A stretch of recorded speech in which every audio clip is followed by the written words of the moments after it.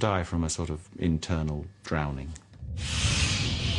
With water flooding the pipes, time was running out. The tank should have been protected from contamination, but a catalogue of failures was about to have the most terrible consequences for the people of Bhopal.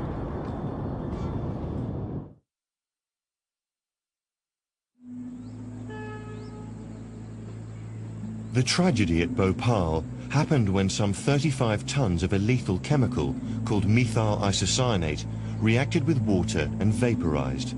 Thousands of people in the shantytown that surrounds the plant were gassed, dying in the same horrific way that soldiers were killed in the First World War. The disaster was due to an amazing combination of circumstances. Had each happened on their own, the accident would never have occurred. In terms of designing chemical plants, there are really two sorts of safety. One is designing the plant to be safe in the first place, and the second is operating it safely. And at Bhopal, there were problems in both areas. 3 hours to go until the catastrophic release. The first of many hundreds of litres of water found their way from a routine cleaning operation into the main pipe system that ran throughout the factory. It should have been impossible for the water to get very far, but mistake number one had already been made. A safety procedure existed to isolate sections of pipeline before they were cleaned.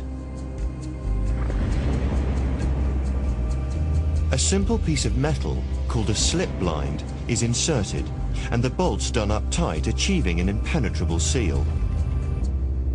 Incredibly, this procedure was often ignored at Bhopal.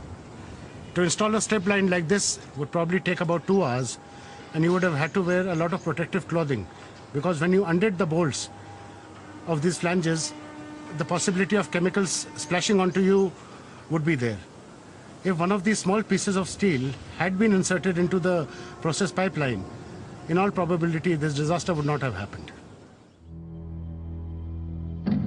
By 9:30, the water was able to travel freely through the hundreds of meters of pipe that separated the main plant from the MIC storage area and its deadly content.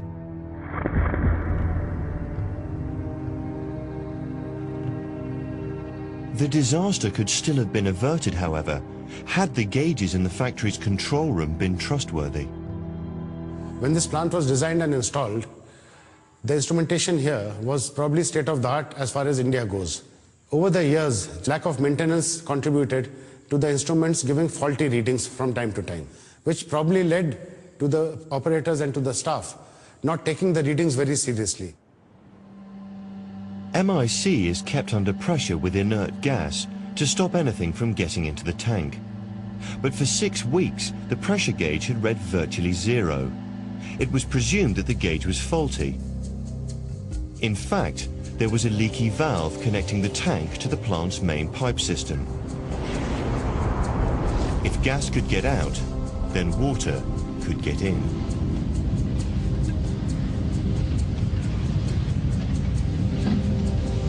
By approximately 10 o'clock, the contamination had started. The reaction of MIC and water generates carbon dioxide as one of its products. It also generates heat. Of course, the heat starts to warm the mixture. It's an exothermic reaction, as we call it. What I'm going to do is a similar reaction that obviously uses much safer chemicals.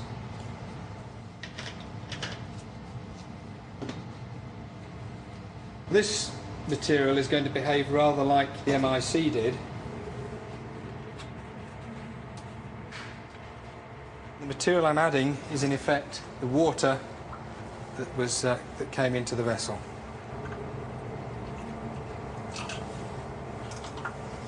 We add that, and as you can see, gas bubbles start to form.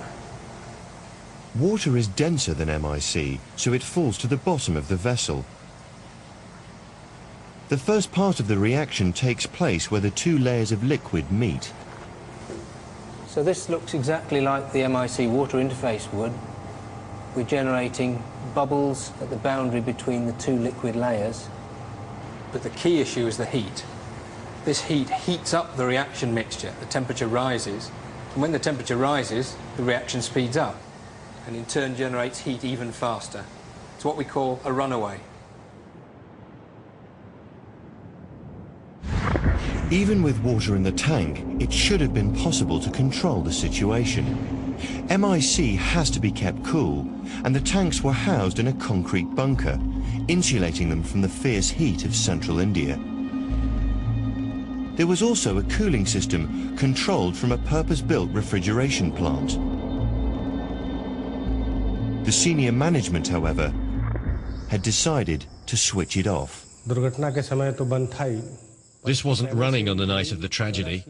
In fact, it had been off since May '84. The coolant inside had been removed and it was permanently disabled.